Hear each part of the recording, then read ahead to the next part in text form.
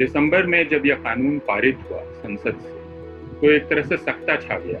धीरे धीरे दिल्ली में 20 से ज्यादा जगहों पर और भारत में जहां तक मुझे पता है 200 से ज्यादा जगहों पर छोटे बड़े शाहीन बाग उगाए। यह एक तरह से मुसलमानों का इस देश पर जो अधिकार है उस पर प्रश्न चिन्ह लगा। जनता का एक हिस्सा आंदोलन कर रहा हो तो सरकार की तरफ से उनके खिलाफ आंदोलन शुरू हो गया। यह मेरी याद में नहीं है। यह आंदोलन मुख्य तौर पर मुसलमानों का आंदोलन। तकलीफ मुसलमानों को पहुंची, उस तकलीफ की साझेदारी बाकी लोग नहीं कर पाए जैसी होनी चाहिए। नमस्ते, सिद्धांत नाम है मेरा और आप दी लल्लन टॉप देख रहे हैं। साथ में स्क्रीन पर हैं प्रोफेसर अपूर्वानंद, दिल्ली यूनिवर्सिटी में हिंदी के प्रोफेसर हैं, सोशल एक्टिविस्ट हैं, सामाजिक न्याय के मुद्दों पर बहुत लंबे समय से लिखते पढ़ते बोलते रहे हैं। इस बातचीत को करने का कारण ये है कि कुछ दिनों पहले दिल्ली पुलिस ने प्रोफेसर अपूर्वानंद को पूछताछ के लिए बुलाया और दिल्ली पुलिस पर आरोप है कि प्रोफेसर अपूर्वानंद से 5 घंटे तक पूछताछ की गई। उसके बाद उनका फोन जब्त कर लिया गया। बहरहाल फोन बाद में वापस लौटाया गया जैसी खबरें आ रही हैं। तो इन सारी बातों पर, और फिर खबरें भी कई जगह अपने न्यूज चैनल्स वगैरह पे देखी होंगी, तमाम तरीके से खबरें चली हैं प्रोफेसर अपूर्वानंद को लेकर, दिल्ली दंगों को लेकर।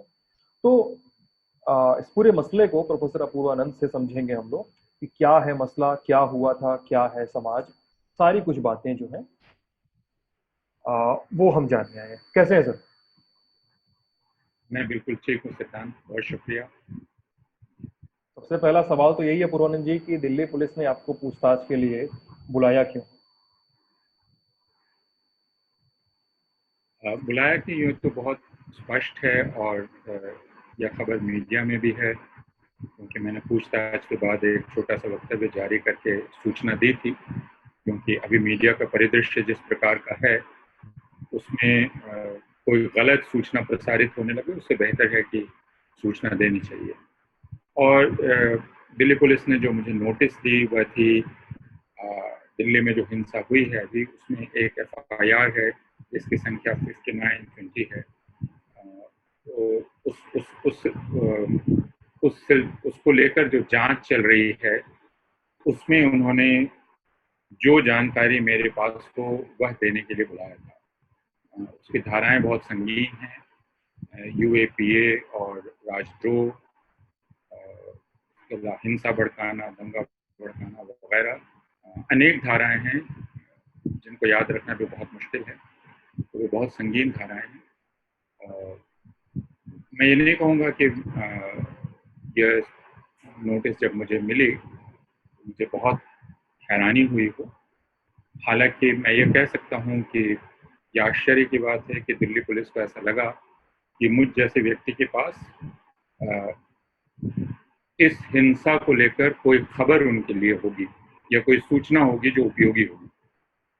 लेकिन दिल्ली पुलिस के पास अपने कारण होंगे जिसके चलते हुए कई लोगों को बुला रहे हैं और हमें भी उन्होंने बुलाया। कई सारे कारण हैं, कई सारी बातचीत है, रिपोर्ट्स हैं कई सारी जिसमें कहा जा रहा है कि पिंजरा तोड़ नाम की एक संस्था का बार बार जिक्र आ रहा है। तो उसमें प्रेस रिपोर्ट्स में भी कहा गया है कि गुलफिशा जो उनकी पिंजरा तोड़ से जुड़ी हुई हैं शायद, और वो उन दिल्ली पुलिस की हिरासत में, जैसे दिल्ली पुलिस के आरोप है कि उन्होंने नॉर्थ ईस्ट दिल्ली में दंगे भड़काए। फिर उन्होंने पूछताछ में प्रोफेसर अपूर्वानंद का नाम लिया। वो दिल्ली पुलिस की पूछताछ, दिल्ली पुलिस का बयान, वो एक आरोप ही है, वो चार्ज ही होता है जिसको हम चार्जशीट कहते हैं, जिसको आपको प्रूव करना पड़ता है अल्टीमेटली। तो क्या था सर जिस समय ये पूरी दिल्ली में जनवरी फरवरी, दिसंबर जनवरी फरवरी के आसपास के समय में पूरी दिल्ली में जब आंदोलन हो रहे थे नागरिकता संशोधन कानून और NRC को लेकर, उस समय सर आपकी स्थिति क्या थी? आपके वेयर अबाउट्स क्या थे? लोग जानना चाहते हैं जैसे कि आप कहाँ थे। आपने मेरे बारे में मेरा परिचय देते हुए बताया कि मैं इस तरह के विषयों पर बहुत लंबे वक्त से लिखता रहा हूँ, बोलता रहा हूँ। सिर्फ लिखता और बोलता नहीं रहा हूँ, बल्कि इस प्रकार के आंदोलनों में अपनी सीमा के अनुसार मैं शिरकत भी करता रहा हूँ। सामाजिक न्याय एक बहुत बड़ा पद है, एक बहुत बड़ी अवधारणा है और उसमें समानता शामिल है, समानता का अधिकार। और जब हम समानता और न्याय की बात करते हैं तो हम हिंसा का विरोध भी करते हैं, क्योंकि जहाँ भी हिंसा आएगी वहाँ निश्चित तौर पर अन्याय होगा, ऊंच नीच होगा, कोई किसी को दबाएगा। तो इसलिए किसी भी प्रकार का न्याय के लिए किया जा रहा अगर आंदोलन हो, संघर्ष हो, उसमें हम जैसे लोगों की सहानुभूति उसके प्रति होना स्वाभाविक है, वह किसी भी तबके का आंदोलन। इसलिए भी कि ये मेरी रुचि के विषय हैं, मैं साहित्य का छात्र हूँ, अध्यापक हूँ, आलोचना के क्षेत्र में सक्रिय हूँ, तो मैं इन प्रश्नों पर लिखता रहा हूँ और बात करता रहा हूँ। इसलिए अपने आप को उसे अछूता रखना संभव नहीं है। दिसंबर में जब यह कानून पारित हुआ संसद से, तो एक तरह से सख्ता छा गया। ऐसा लगा कि इस कानून में जो न्यस्त, इसमें अंतर्निहित जो हिंसा और गैर बराबरी है, उसको संसद ने स्वीकार कर लिया है। अगर हम एक आध दल की बात छोड़ दें और दूसरे मुखर व्यक्तियों, सांसदों की बात छोड़ दें, तो ये निराशा की घड़ी थी, संसद से निराशा की घड़ी। अब धूमिल को याद कर लें, जो संसद से सड़क तक, जिनका कविता संकलन भी है। अगर मैं हिंदी साहित्य का छात्र हूँ, अध्यापक हूँ, लेखक हूँ, तो मैं धूमिल की कविता को कंठस्थ करके कि सिर्फ सुना नहीं सकता, उसके अर्थ को लागू भी करना पड़ता है जीवन। तो संसद और सड़क का एक रिश्ता है। संसद को सड़क जिंदा रखती है। लोहिया की इस उक्ति को अक्सर लोग दोहराते हैं कि जिंदा कौमें 5 साल इंतजार नहीं करती। कई लोग इसकी आलोचना कर सकते हैं, लेकिन इसका मतलब यह है कि आप जो जनतंत्र है, वह जनतंत्र सिर्फ चुनाव तक सीमित नहीं रहता है। जनतंत्र को आपको रोज अभ्यास करके जीवित रखना पड़ता है। और जनतंत्र का मतलब है जनता की सक्रिय भागीदारी। जनता वहां हर मुद्दे पर सक्रिय हो, सचेत हो, और संसद से उसका रिश्ता बना रहे, वरना संसद के निर्जीव होने का और दूसरे स्वार्थों के कैदी होने का खतरा होता है। तो जब यह कानून पारित हो गया, तब आपको याद होगा कि उत्तर प्रदेश में कई लोग सड़क पर अपने आप उतर आए, क्योंकि उनके मन में एक क्षोभ था इसको लेकर। लेकिन जो सड़क पर उतरे, उन पर जबरदस्त दमन किया गया उनका। और आपको यह भी याद होगा कि जामिया मिलिया इस्लामिया में और अलीगढ़ मुस्लिम यूनिवर्सिटी में छात्रों ने इसका विरोध किया, और जगह और लोगों ने भी विरोध किया। लेकिन उत्तर प्रदेश में और जामिया मिलिया इस्लामिया और अलीगढ़ मुस्लिम यूनिवर्सिटी में जबरदस्त दमन हुआ पुलिस का। बल्कि जिस दिन लाइब्रेरी में घुसकर छात्रों को मारा गया, उसकी अगली सुबह इंदिरा जयसिंह और कोलिन गोंजाल्विस सर्वोच्च न्यायालय पहुंचे और उन्होंने गुहार लगाई कि पुलिस को तंबीह की जानी चाहिए, पाबंद किया जाना चाहिए और इसकी जांच होनी चाहिए। लेकिन वहां अदालत ने भी निराश किया। अदालत ने कहा कि पहले आप सड़क से हट जाइए, फिर हम बात करेंगे। एक तरह से यह जनतंत्र की आत्मा और उसके सिद्धांत को ही नकार देना था। यह कहना कि आप अपने घर में बैठिए, आप सिर्फ याचिकाएं दीजिए, या आप अपने प्रतिनिधियों से कहिए कि वे संसद में बहस करें। तो फिर तो इंडिया अगेंस्ट करप्शन का आंदोलन भी नहीं हो सकता था। जयप्रकाश नारायण ने जो आंदोलन किया, वह आंदोलन भी नहीं हो सकता था। कोई आंदोलन नहीं हो सकता था, क्योंकि आप कह ये रहे हैं कि आप मेरे पास तभी आइए जब आप सड़क से हट जाइए। यह भी एक बहुत निराशाजनक बात है। उसके 2 दिन बाद एक अजीब किस्म का प्रयोग हुआ, जिसको बाद में प्रयोग शब्द का इस्तेमाल किया गया, षड्यंत्र के रूप में। लेकिन हमने देखा कि शाहीन बाग दिल्ली में जो एक इलाका है, जो मुसलमान बहुल इलाका है, वहाँ की औरतें सड़क की एक तरफ बैठ गईं, जिसको सड़क जाम करना कहा गया, लेकिन वो सड़क की एक तरफ बैठी थी। दूसरा हिस्सा खुला था, उसे दरअसल पुलिस ने बंद कर दिया था आवागमन के लिए। जो दूसरा हिस्सा था, बड़ा सा हिस्सा, उसको पुलिस ने लोगों के आवागमन के लिए बंद कर दिया। तो ये औरतें बैठी, पहले लोग समझ नहीं पाए कि यह क्या है, लेकिन धीरे धीरे यह धरना जड़ जमा गया और लोगों का ध्यान इसने अपनी तरफ खींचा। मुसलमान औरतें, जिनके बारे में आम धारणा है कि वे पिछड़ी हुई होती हैं, वे बुर्के के अंदर होती हैं, उनमें किसी प्रकार की सामाजिक चेतना नहीं होती है, वे अशिक्षित होती हैं, मुसलमान मर्दों के कब्जे में होती हैं, और उनको मुक्त करने का बार बार दावा इस सरकार ने भी किया है कि वे मुसलमान औरतों को कैसे मुसलमान मर्दों के जुल्म से आज़ाद करना चाहती है। तीन तलाक को लेकर जो पूरी बहस है वो उसका एक उदाहरण है। तो जब वे औरतें खुद उतर आईं और उन्होंने कहा कि हम सीएए के खिलाफ हैं, नागरिकता संशोधन कानून के खिलाफ हैं और हम एनआरसी के खिलाफ हैं, तो पहले लोगों ने सुना नहीं, लेकिन बाद में हम जैसे लोगों का ध्यान गया और हम आकर्षित हुए उस तरफ। धीरे धीरे दिल्ली में 20 से ज्यादा जगहों पर और भारत में जहां तक मुझे पता है 200 से ज्यादा जगहों पर छोटे बड़े शाहीन बाग उगाए, औरतें जमा हुई और औरतों ने कहा यह नाइंसाफी है।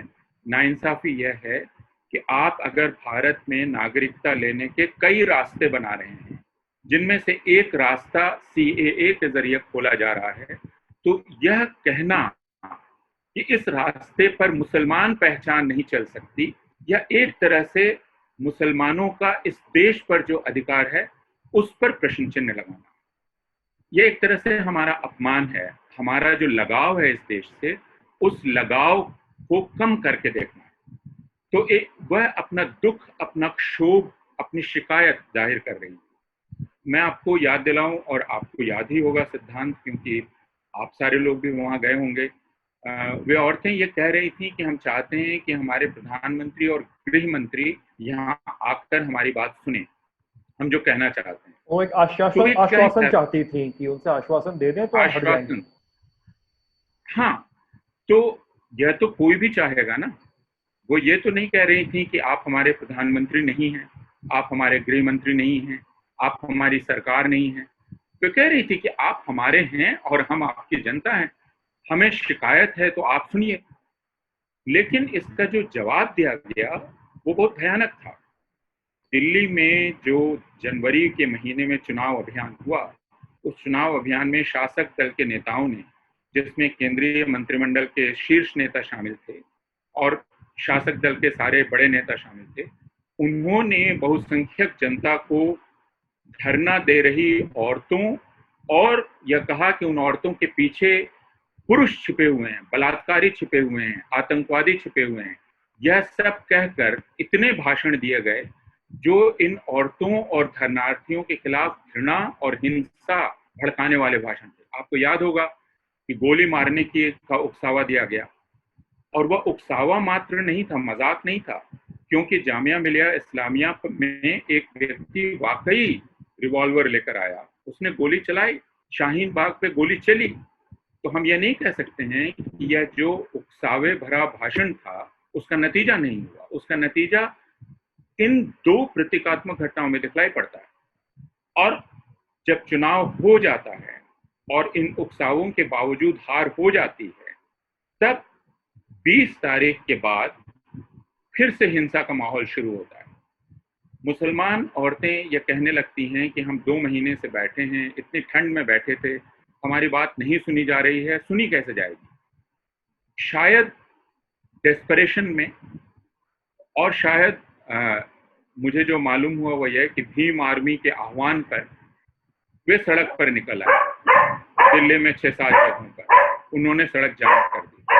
हम ये जानते हैं कि डेस्परेशन में भारत में कई बार सड़क जाम की गई। सड़क जाम करना कोई अनहोनी चीज नहीं है, नई चीज नहीं। इसलिए पुलिस को इसका पता होना चाहिए कि जब कोई क्षुब्ध जनता सड़क जाम करती है तो उससे कैसे निपटा जाए, उसका एक प्रोटोकॉल है। यह पुलिस और उस जनता के बीच की बात है। लेकिन और देखिए, दिल्ली में महेंद्र सिंह टिकैत ने पूरी दिल्ली जाम कर दी। आप तो मुझे उसकी याद है, आप उस वक्त होंगे भी नहीं। और इस तरह की बहुत सारे सड़क जाम की घटनाएं हैं। उस वक्त यह नहीं हुआ है भारत में आज तक, और इसको मैं चिन्हित करना चाहूंगा, आज तक यह नहीं हुआ है कि जब कोई क्षुब्ध जनता का तबका सड़क जाम कर रहा हो तो उस पर जनता के दूसरे हिस्से ने हमला कर दिया। आज तक ये नहीं हुआ है। मैंने कई पत्रकारों से पूछा, वरिष्ठ पत्रकारों से पूछा, राजनीति विज्ञानियों से पूछा कि क्या आपको याद है कि ऐसा हुआ हो। उन्होंने कहा आज तक नहीं हुआ। लोगों को असुविधा हुई है, लेकिन यह नहीं हुआ है कि जनता के एक हिस्से पर दूसरे हिस्से ने हमला कर दिया। यह भी आज तक नहीं हुआ है कि अगर किसी सरकारी कदम के खिलाफ जनता का एक हिस्सा आंदोलन कर रहा हो तो सरकार की तरफ से उनके खिलाफ आंदोलन शुरू हो गया हो। यह मेरी याद में नहीं। एकमात्र याद है आपातकाल की, जब संजय ब्रिगेड बनी थी और संजय ब्रिगेड उनका विरोध करने वालों पर हमला करती थी। एकमात्र यह याद है मुझे। इसके बाद मुझे कोई भी समय याद नहीं जब सरकार की तरफ से सरकार के पक्ष में आंदोलन चलाया जा रहा। तो एक बहुत अजीब सी चीज दिल्ली में देखी गई, जिसको अखबारों ने भी कहना शुरू किया, प्रो सीएए एजिटेटर्स। आपको याद होगा, जबकि कायदे से कहा यह जाना चाहिए कि they are anti CAA protesters, यानी वे सीएए का विरोध करने वालों के विरोधी हैं। और इस तरह 22 तारीख को जो सड़क पर औरतें आई, 23 को धमकी दी गई कि अगर पुलिस उनको खाली नहीं करती है तो हम खाली करा देंगे, और 23 की रात से या 24 को हिंसा शुरू हो गई। हम सारे लोग जो इस आंदोलन के समर्थक थे, हम में से बहुत सारे लोग सड़क जाम करने के कदम के पक्ष में नहीं थे, क्योंकि हम पिछले 1 महीने से हिंसा का उकसावा देख रहे थे और हम ये जानते थे कि शांतिपूर्ण आंदोलन को भंग करने का सिर्फ एक ही तरीका हो सकता है कि हिंसा भड़का दी जाए। उसके बाद ये बहाना बन जाएगा और इस सारे प्रोटेस्ट साइट्स को नष्ट कर दिया जा सकता है। इसलिए कोई बहाना नहीं दिया जाना चाहिए जिससे इन प्रोटेस्ट साइट्स को नष्ट किया जा सके, उनको हटाया जा सके।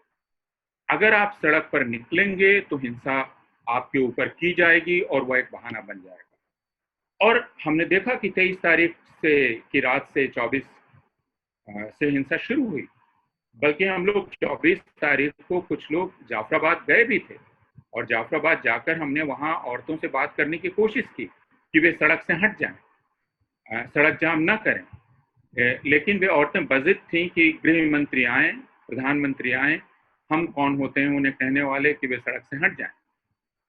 उसके बाद मैं खालिद सैफी के साथ कुरैजी गया। कुरैजी में हमने औरतों से अनुरोध किया कि वे सड़क खाली करें और उन्होंने सड़क खाली कर दी। पुलिस वाले बहुत खुश हुए कि सड़क खाली हो गई। हम सिर्फ एक जगह कामयाब हुए, लेकिन यह एक बहुत कमजोर मतलब एक 10 लोगों का हस्तक्षेप था और एक तरह से हम आग में जा रहे थे, क्योंकि जब हम वहां जा रहे थे तो हवा में हिंसा थी। हमें समझ में आ रहा था कि कुछ भी हो सकता है और हमें लोग मना कर रहे थे कि आप न जाएं।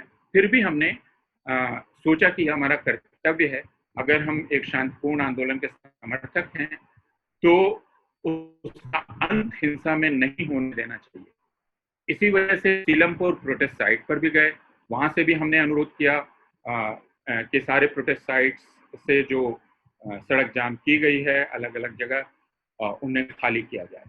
लेकिन अब यह कहा जा रहा है कि सड़क जाम ही हिंसा थी, जो मुझे बहुत अटपटा लगता है।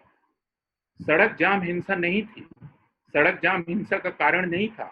सड़क जाम पर हिंसा, सड़क जाम करने वालों पर हिंसा, वह हिंसा थी। और वह किसने की, किन लोगों ने की, उसके पीछे कौन लोग थे, कैसी तैयारी थी, इसकी जांच होनी चाहिए। टिकैत की बात आपने की, 88 में टिकैत ने किया था, छोटे ही छोटे थे हम लोग भी। आपके भी 1-2 इंटरव्यूज में देख रहा था पूर्वानंद जी, इसमें आपने कहा है साफ तौर पर कि आप रोड ब्लॉक के समर्थन में नहीं थे, लेकिन अभी भी आप कह रहे हैं कि रोड ब्लॉक, सुप्रीम कोर्ट ने कहा कि रोड ब्लॉक हटाओ, याचिकाएं लेकर आओ, तभी हम उस पर विचार करेंगे। हाँ, तो क्या मतलब एक रोड ब्लॉक का जो आपका से जो असहमति है आपकी, वो इस वोलाटाइल सिचुएशन को देखते हुए असहमति थी कि क्या कहानी उसके पीछे? नहीं, मैं देखिए, हर आंदोलन का अपना अपनी एक गतिकी होती है, उसकी एक डायनेमिक्स होती है। एक बात बहुत स्पष्ट हो जानी चाहिए सबके सामने, दर्शकों के सामने, कि इस आंदोलन में, और यह ईमानदारी की बात है और इसमें हमें कोई लुकाव छिपाव नहीं करना चाहिए, कि यह आंदोलन मुख्य तौर पर मुसलमानों का आंदोलन था। तकलीफ मुसलमानों को पहुंची थी, उस तकलीफ की साझेदारी बाकी लोग नहीं कर पाए जैसी होनी चाहिए थी। मुझे अभी तक याद है, मैं पुणे में इस बीच में था और मैं एक गाड़ी में जा रहा था और ड्राइवर से मैंने पूछा कि आपके शहर में या जो धरना चल रहा है, तो आपका क्या कहना है इसके बारे में? और उस ड्राइवर ने बहुत ईमानदारी से कहा कि सर, ये मुसलमानों की प्रॉब्लम है, हमको कोई इससे प्रॉब्लम नहीं। तो इसका मतलब यह है कि मतलब एक बंटवारा था। सीए के ड्राफ्ट में और बिल में भी तो एक ही धर्म को भी ऑमिट भी किया गया था। जी, सीए के ड्राफ्ट में और बिल में वो इस मुस्लिमों को ही तो ऑमिट किया गया था। हाँ, इसलिए तकलीफ मुसलमानों को थी, लेकिन इस बात को हिंदू नहीं समझ पाए कि तकलीफ क्यों है, कष्ट क्यों है। वो उस सिद्धांत को नहीं समझ पाए जिसके बारे में मैंने शुरू में बात की, कि मुसलमानों को लगा कि उनको उन पर सवाल उठाया जा रहा है कि उनकी पहचान का अधिकार नहीं है इस देश में।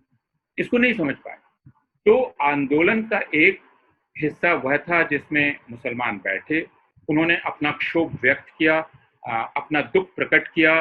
वह एक दौर था, लेकिन हमें ऐसा लगा, हम सारे लोग जो उस आंदोलन के समर्थक थे, उसकी सहानुभूति में थे, कि इस दौर ने अपनी उपयोगिता पूरी कर ली है और अब जरूरत इस बात की है कि यह जो इसमें निहित सिद्धांत है, इसके बारे में जन जागरण किया जाए, व्यापक तौर पर लोगों से बात की जाए। क्योंकि अगर आप बैठे हुए हैं और सिर्फ मुसलमान मोहल्लों में मुसलमान बैठे हुए हैं, जहां कोई आ नहीं रहा है उनकी बात सुनने के लिए, तो इस पर तो समाज में चर्चा भी नहीं हो पाएगी। तो उन्हें निकल के इसलिए हमारी समझ ये थी कि ठीक है, एक दौर पूरा हुआ, अब आंदोलन को दूसरे दौर में जाना चाहिए, और दूसरा दौर होगा जिसमें आप जन जागरण करेंगे, लोगों से बातचीत करेंगे, मास अवेयरनेस करेंगे, इस तरह अपने दायरे को बड़ा करने की कोशिश करेंगे। यह हमारी समझ थी, इसलिए हम रोड ब्लॉकेट के पक्ष में इसमें नहीं थे। जैसा मैंने कहा कि उसूलन अगर आप मुझसे पूछें तो छात्र जीवन में भले ही मैंने छात्र कार्यकर्ता के रूप में कभी सड़क जाम की हो, लेकिन उसके बाद मुझे आंदोलन का यह तरीका बहुत पसंद नहीं, और इसलिए पसंद नहीं है कि इसमें हम सिर्फ अपना गुस्सा जाहिर करते हैं, लेकिन इससे कोई संवाद का रास्ता खुलता नहीं। इसलिए मुझे उसूलन आमतौर पर यह पसंद नहीं है, लेकिन मैं अपनी पसंद नापसंद को अलग कर रहा हूं। मैं ये कह रहा हूं कि यह तरीका बहुत सारे लोगों ने अपनाया है। यह अपने आप में आतंकवादी गतिविधि नहीं है। आज तक इसको आतंकवादी गतिविधि के रूप में नहीं देखा गया, इसको हिंसा के रूप में नहीं देखा गया। कानून का उल्लंघन आप मान सकते हैं, लेकिन अगर सड़क जाम कोई कर रहा हो तो उससे निपटने का काम पुलिस का है, उससे निपटने का काम किसी दूसरे नागरिकों के हिस्से का नहीं है, और उसको यह अधिकार नहीं दिया जा सकता। अगर वह नागरिकों का हिस्सा इन पर आक्रमण कर रहा है तो उस आक्रमण को रोकने की जिम्मेदारी पुलिस की होगी, न कि यह कहने की कि आपने गुस्सा भड़का दिया, अब हम क्या करें। एक व्हाट्सएप ग्रुप की लगातार बात होती है, Delhi protest solidarity group, DPSG. Delhi police के हवाले से भी बात करें, कई रिपोर्ट्स के हवाले से भी बात करें, तो ये व्हाट्सएप ग्रुप शायद बना था और काफी मतलब सनसनीखेज तरीके से कई मीडिया रिपोर्ट्स में और कोर्ट में व्हाट्सएप ग्रुप को पेश किया जा रहा है। तो डीपीएसजी में जहां तक मेरी जानकारी है आप भी थे, क्या था उस ग्रुप में, क्यों उस ग्रुप पर इतने सवाल उठाए जाते हैं? हालांकि मैं उस ग्रुप का एक आप कहेंगे परिधि पर रहने वाला या तकरीबन निष्क्रिय सदस्य था। कभी कभार उसमें चलने वाली चर्चा को देखता था, लेकिन उस ग्रुप से मैं परिचित हूँ। वह ग्रुप हम जैसे लोगों के द्वारा गठित किया गया था। वह एक व्हाट्सएप ग्रुप था। उसमें भांति भांति के लोग थे, कुछ जो सूचना के अधिकार पर काम करते रहे हैं, कुछ जो लोगों की आजीविका के सवाल पर काम करते रहे हैं, कुछ जो राशन पेंशन के अधिकार पर काम करते रहे हैं, यानी जो नागरिक अधिकारों के मुद्दों पर काम करते रहे, जो सांप्रदायिक सौहार्द के लिए काम करते रहे, ऐसे लोग इस समूह में शामिल थे। कुछ व्यक्तियों के तौर पर थे, कुछ संगठन में काम करते थे, लेकिन यहाँ जब वो इस ग्रुप में आए तो वे किसी का प्रतिनिधित्व तो नहीं कर रहे थे। एक दूसरा, यह कोई सेंट्रलाइज्ड ग्रुप नहीं था। यह ग्रुप, जैसा मैंने कहा कि जो आंदोलन शुरू हुआ मुसलमान औरतों की अगुवाई में, उस आंदोलन के प्रति एक आकर्षण के चलते बना, उस आंदोलन के प्रति अपनी जिम्मेदारी के एहसास के चलते बना कि यह आंदोलन वे कर रही हैं, हमें भी इसमें कुछ योगदान करना चाहिए। वो योगदान क्या हो सकता है? ये जो धरने थे ये 24 घंटे के थे। 24 घंटे में सिर्फ भाषण चलते रहना यह कोई बहुत अच्छी बात नहीं थी। उन धरनों पर बहुत सारे लोग थे जो हम में से कई लोगों से परिचित थे, जैसे हमारे छात्रों के दोस्त या हमारे पूर्व छात्रों के दोस्त, और उन्होंने कहा कि इन धरनों को हमें जरा डाइवर्स बनाना चाहिए। तो जामिया मिलिया इस्लामिया के पास शाहीन बाग में जो धरना शुरू हुआ उसमें कई तरह की चीजें शुरू हुई, जैसे पेंटिंग कॉर्नर शुरू हुआ, जैसे एक लाइब्रेरी शुरू हो गई, दूसरी चीजें शुरू हुई, लिटरेसी क्लासेस शुरू हो गई। तो उन्होंने कहा कि हमें अलग अलग विषयों पर बात करने वाले लोग भेजिए जो सिर्फ आकर इसी एक मामले पर बात ना करें। तो राइट टू इंफॉर्मेशन क्या है, राइट टू एजुकेशन क्या है, संविधान क्या है, अलग अलग शख्सियतें जो थी वे क्या हैं, इनके बारे में बात करना, छोटी छोटी वर्कशॉप्स करना, पेंटिंग की, म्यूजिक की, बाकी चीज़ों की। ये सिर्फ दिल्ली में नहीं हो रहा था, दिल्ली के बाहर भी हो रहा था, जयपुर में, पटना में, हमें पता है इलाहाबाद में, अलग अलग जगह इस तरह से ही काम हो रहा था। तो ये बहुत इंटरेस्टिंग चीज़ थी। और इसमें जो ये ग्रुप बना DPSG ग्रुप, उसका मुख्य काम यही था कि वह इन प्रोटेस्ट साइट्स का समर्थन इस रूप में करेगा कि उन्हें इस प्रकार के संसाधन मुहैया कराने में मदद करे। इससे अधिक उसका कोई काम नहीं था, उसकी कोई महत्वाकांक्षा नहीं थी। अपने बारे में बहुत स्पष्टता थी उस ग्रुप के लोगों में कि वे प्रोटेस्टर्स नहीं हैं। यह अलगाव ध्यान में रखना बहुत आवश्यक है। अगर आप उस दौर की बहस में भी लौट जाएं सिद्धांत, और ये बहुत उपयोगी होगा उस बहस में लौटना, तो बहुत सारे लोग ये कह रहे थे कि जब ये कहा जाने लगा कि यह मिला जुला आंदोलन है, मिला जुला नेतृत्व है, तो एक बहस ये भी हुई कि यह दरअसल आप जो मुस्लिम औरतों की एजेंसी है उस एजेंसी पर सवाल उठा रहे हैं, वे इसका नेतृत्व कर रही हैं, आप इसको एप्रोप्रिएट ना करें।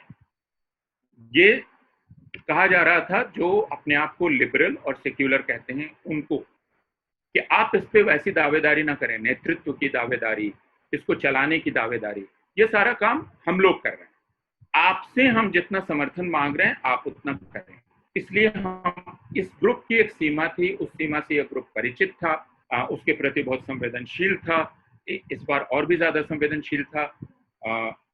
किसी को इस बात की गलतफहमी, खुशफहमी नहीं थी कि वो प्रोटेस्ट साइट्स को कंट्रोल कर सकता है, उनको निर्देशित कर सकता है, उनको यह बता सकता है कि उन्हें कौन सा कदम उठाना चाहिए और नहीं उठाना चाहिए। अब इसमें एक चीज़ हुई जो मेरी समझ में आई 17 तारीख के बाद से, जब मुझे ये बतलाया गया कि एक खास तरह की बहस चल रही है और ये बाहर से बतलाया गया, तो मेरी समझ में आया कि ये जो ग्रुप था, इस ग्रुप में ऐसे लोग भी शामिल थे, यानी जिसको आप कहते हैं ऐड हो गए थे, जो प्रोटेस्ट साइट्स में संगठन भी कर रहे थे। तो वे वहां की बहसें भी यहाँ लाने लगे, जो दरअसल इसकी चर्चा का केंद्र, इसकी चर्चा का यानी इसका एजेंडा नहीं हो सकती, और वे बहसें भी होने लगी। इसको मना किया गया कि ये बहसें यहाँ नहीं कीजिए, क्योंकि किस तरह की बहसें? मसलन की प्रोटेस्ट को आगे कैसे चलाना चाहिए। कुछ लोग कह रहे हैं कि क्या सड़क जाम करनी चाहिए, नहीं करनी चाहिए, लेकिन जैसा मैंने कहा कि इस प्रोटेस्ट सॉलिडारिटी ग्रुप का ये मैंडेट ही नहीं कि प्रोटेस्ट कैसे चले कैसे ना चले, उसकी मेथड क्या हो, उसकी पद्धति क्या हो, उसकी शैली क्या हो।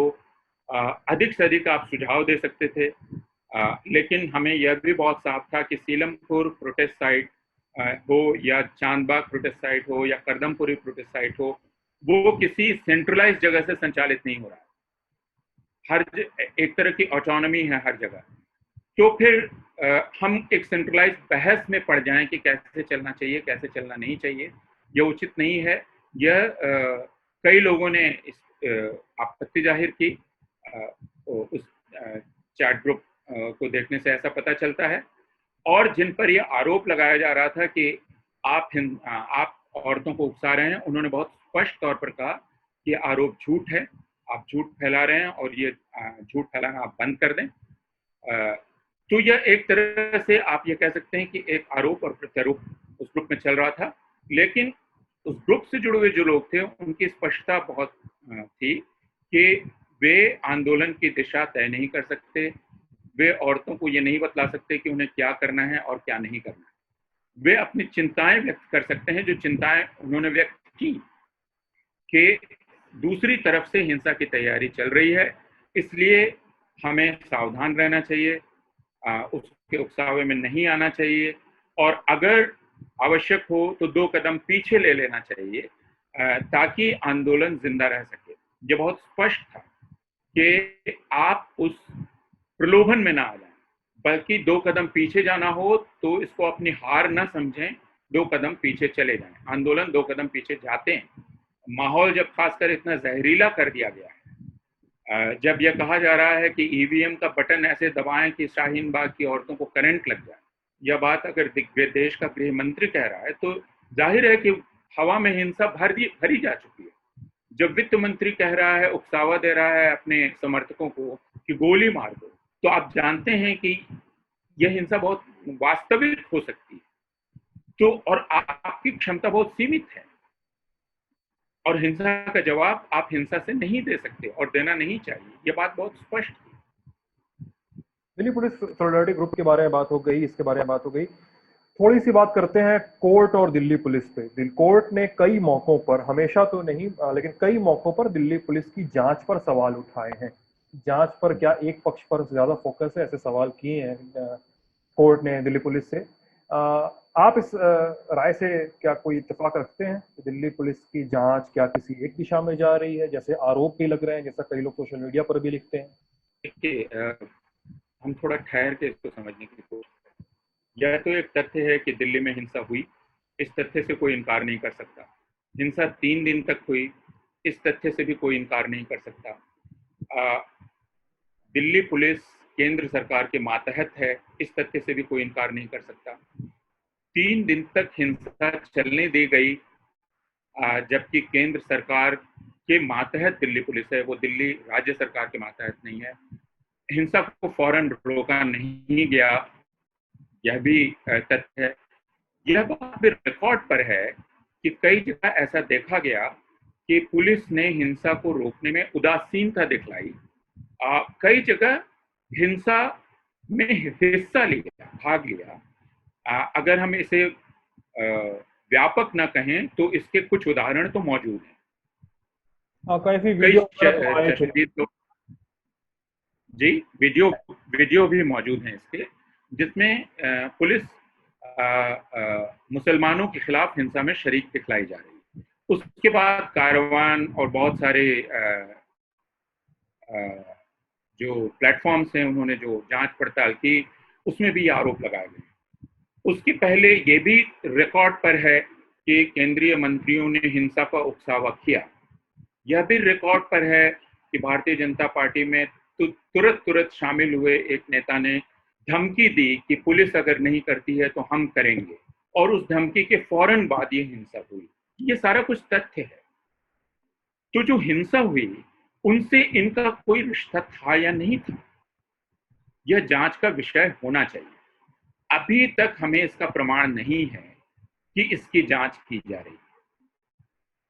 मेरे पास यह मानने का कोई कारण नहीं है कि दिल्ली पुलिस की रुचि इसमें नहीं होगी कि वह हिंसा की जड़ तक पहुंचे, क्योंकि आखिर वह एक प्रोफेशनल फोर्स है।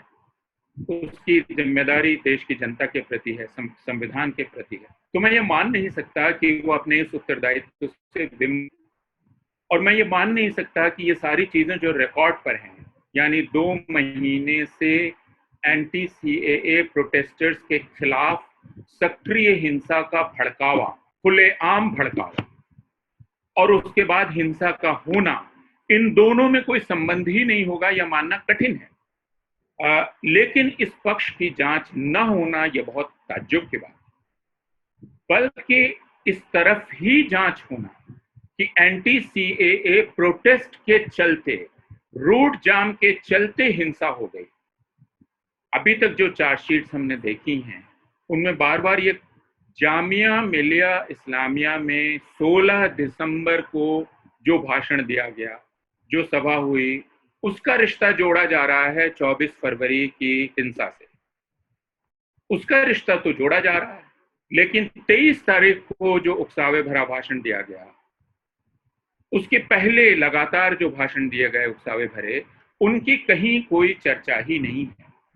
इसलिए जो अदालतों का ऑब्जर्वेशन है, जो बीच बीच में आ रहा है, झुंझलाकर जो अदालतें कह रही हैं, उन ऑब्जर्वेशंस का एक आधार है। और मैं सिर्फ यह अपेक्षा कर सकता हूँ भारत का एक नागरिक होने के नाते, क्योंकि भारत पर प्रत्येक नागरिक का अधिकार है, अकेले नागरिक का, सिर्फ राजनीतिक दलों का अधिकार नहीं है। गांधी ने कहा था कि भारत की बुनियादी इकाई व्यक्ति होगा, इसलिए व्यक्ति का सबसे ज्यादा अधिकार भारत पर है, कोई उसको चुनौती नहीं दे सकता। इसलिए मैं उस अधिकार के नाते यह अपेक्षा करता हूं कि दिल्ली की जो हिंसा हुई है उसकी जड़ तक पहुंचने की कोशिश की जाएगी और अदालतों की यह जो झुंझलाहट है, इस झुंझलाहट को समझा जा सकेगा। यह सर्कुलर एक बीच में आया कि एक खास समुदाय के लोगों में बहुत नाराजगी है कि उनकी गिरफ्तारी हो रही है, इसलिए पुलिस को सावधानी बरतनी चाहिए। हमें इस बात की जानकारी है कि बहुत सारे अल्पसंख्यक मुसलमान एफआईआर करने जाते रहे, उनकी एफआईआर नहीं दर्ज हुई, वे रिकॉर्ड पर हैं, उन्होंने अपना नाम छिपाए नहीं है। हमारा अनुरोध होगा कि इन सब की जांच होनी चाहिए।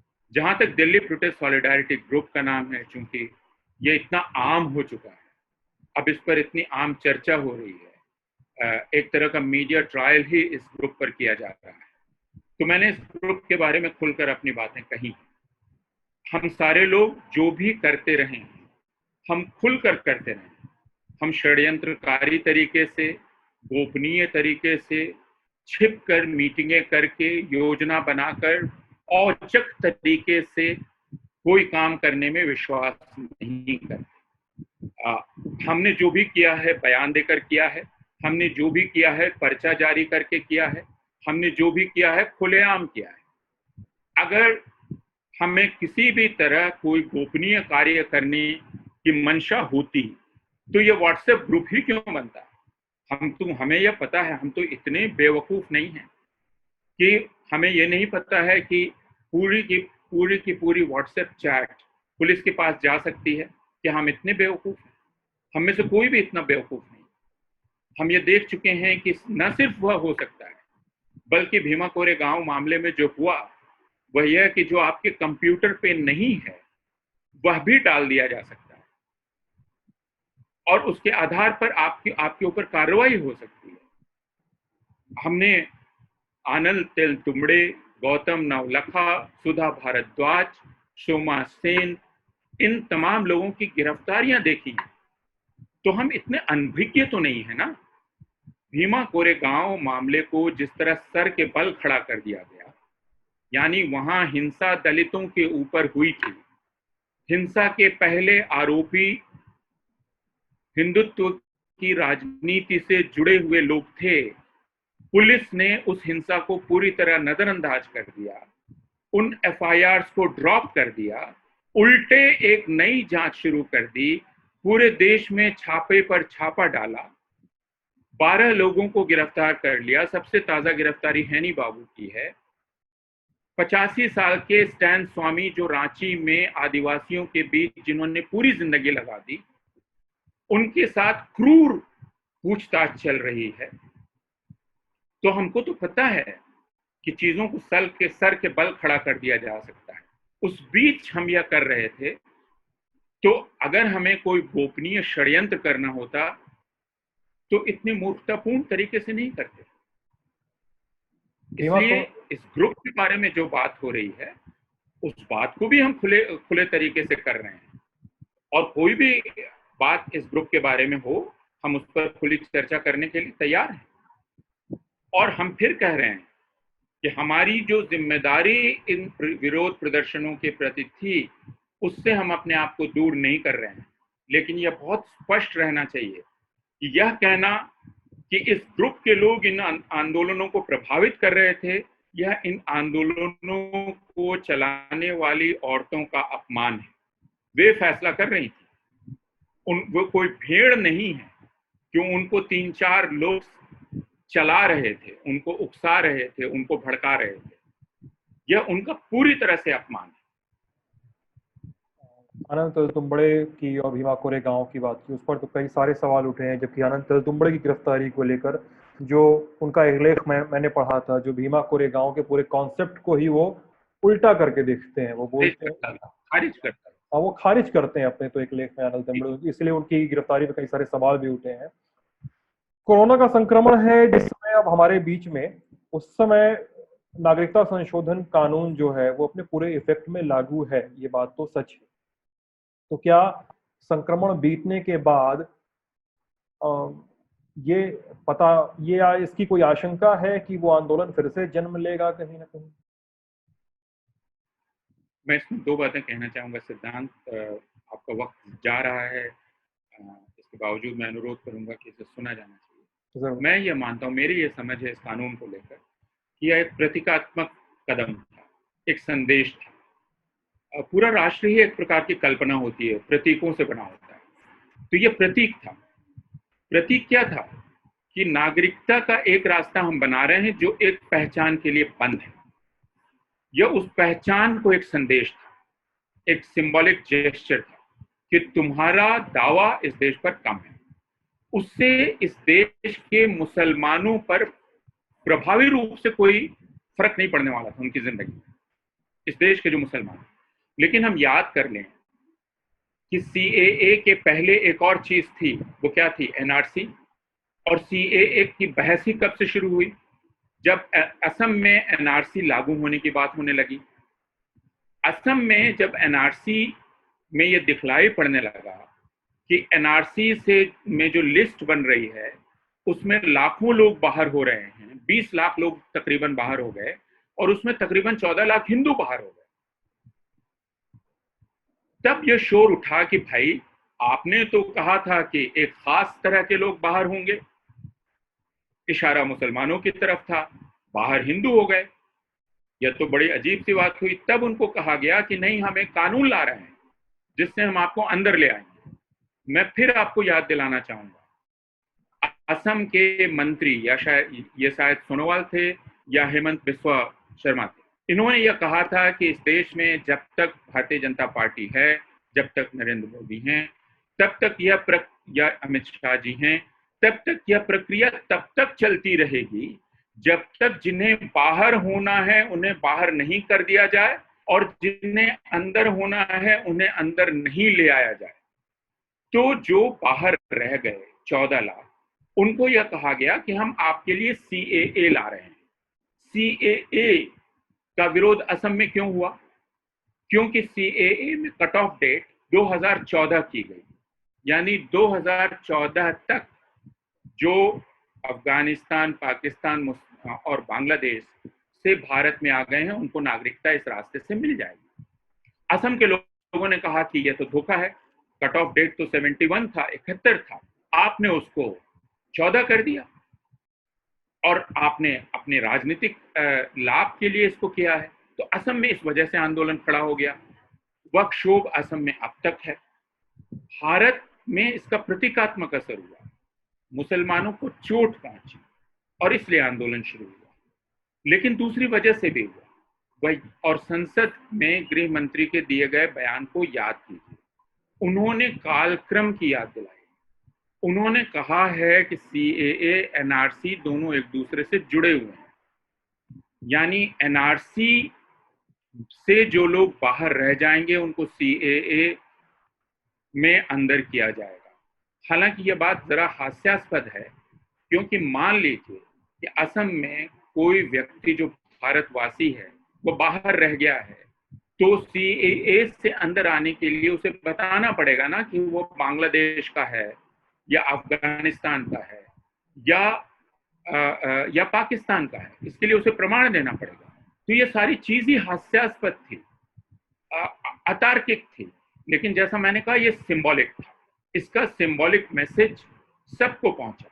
बहुसंख्यकों को यह पहुंचा कि हमने अल्पसंख्यकों को उनकी जगह दिखा दी, उनकी औकात दिखा दी। अल्पसंख्यकों को जो चोट पहुंचनी थी वह चोट पहुंच गई और खाई बढ़ गई। तो आपने कहा कि कोरोना पेंडेमिक के बाद जब धीरे धीरे स्थितियां सामान्य होंगी तो क्या विरोध बहाल होगा। जैसा मैंने कहा कि विरोध को उसी रूप में वापस बहाल होना जरूरी नहीं है। इस विरोध के समर्थकों के तौर पर, शुभचिंतकों के तौर पर हमारा यह मानना है कि जन जागरण की बहुत आवश्यकता है, इसलिए कि नागरिकता में समानता के अधिकार को और समानता के तत्व को समझना हम सब लोगों के लिए जरूरी है। मैं अभी हाल में प्रेमचंद का एक लेख पढ़ रहा था, सिद्धांत, जो आज से तकरीबन 100 साल पहले लिखा गया है।